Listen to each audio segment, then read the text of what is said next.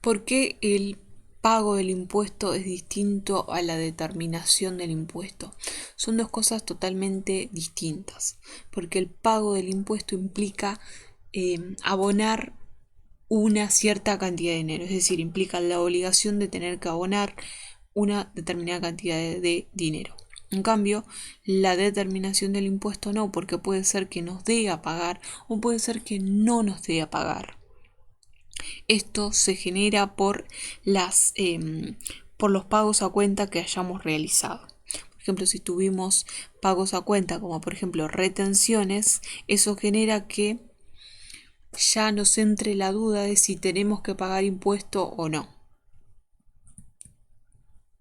Entonces, ¿qué es el impuesto determinado?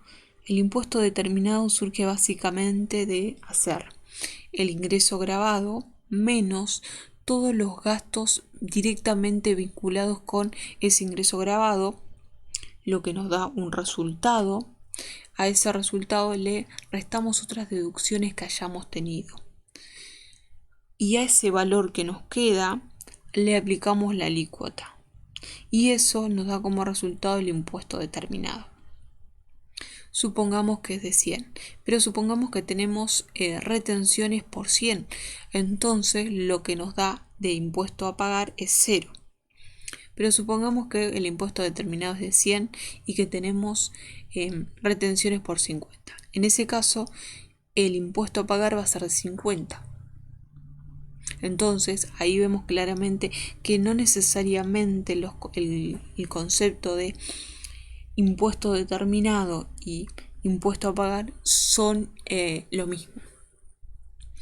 Bueno, en este ejemplo vamos a suponer que tenemos una persona que trabaja en relación de dependencia. Entonces, la ganancia grabada va a ser su sueldo bruto. Los gastos deducibles de las ganancias van a ser la deducción previsional, es decir, el aporte para la jubilación, la obra social y la cuota sindical.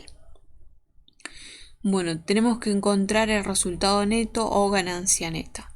Lo mejor es hablar del resultado neto porque puede ser que al hacer la ganancia grabada menos las deducciones ya nos dé negativo y ya no tengamos que pagar.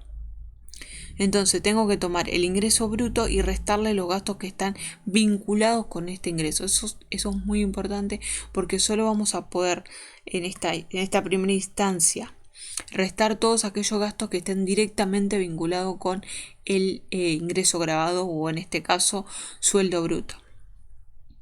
Observación. En esta vinculación tiene que haber una relación causal. Mi ganancia grabada es el sueldo, los gastos que voy a poder deducir son los gastos que están vinculados con ese sueldo. En este caso, la deducción previsional, la obra social y la cuota sindical están directamente vinculados con el sueldo bruto. ¿Por qué? Porque si no trabajáramos en relación de dependencia, no tendríamos que pagar la cuota sindical, ni la obra social, ni tendríamos aportes jubilatorios. Por lo tanto, son deducciones que están directamente vinculados con el sueldo bruto. Por ejemplo, el pago de la cuota el pago de la matrícula de la escuela de los nenes, por ejemplo, no está directamente vinculado con el sueldo bruto porque esa matrícula, si vamos a registrar al nene en una escuela privada, la vamos a tener que pagar aunque obtengamos el sueldo o no, entonces por lo tanto ya no está directamente vinculado con la obtención del sueldo bruto. ¿Qué es el impuesto determinado? Seguimos con esa pregunta. Bueno, entonces, en el caso del ejemplo que planteamos, vamos a hacer el sueldo grabado, menos las deducciones de ley que estaría dado por la obra social, la cuota sindical y el aporte previsional. Eso nos da como resultado el resultado neto o ganancia neta. Le restamos otras deducciones, por ejemplo, deducciones personales por tener a cargo nenes menores a 18 años, es decir, por tener un hijo o 2 hijos, vamos a poder restar estas deducciones personales. Eso nos da la ganancia sujeta a impuesto. A esa ganancia sujeta a impuesto le aplicamos la alícuota.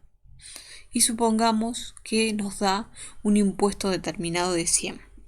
Entonces puede ser que puede ser que este sujeto haya tenido retenciones, o sea, pagos a cuenta, anticipos del impuesto. Entonces, en el ejemplo 1, supongamos, impuesto determinado dijimos 100. En los dos casos es el mismo, tanto en el ejemplo 1 como en el ejemplo 2. 100 y 100. Ahora supongamos que las retenciones, en el caso del ejemplo 1, supongamos que esta persona tuvo de retenciones 100 pesos, es decir, que tiene un crédito de 100 y va a poder restarlo del impuesto determinado.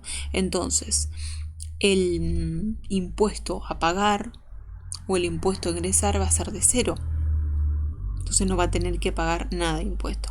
Pero en el caso del ejemplo 2, supongamos que tenía esta persona que trabaja en relación de dependencia, tuvo retenciones por 40 pesos. Entonces va a tener que pagar un impuesto por 60 pesos. Es decir, que el impuesto a ingresar va a ser de 60.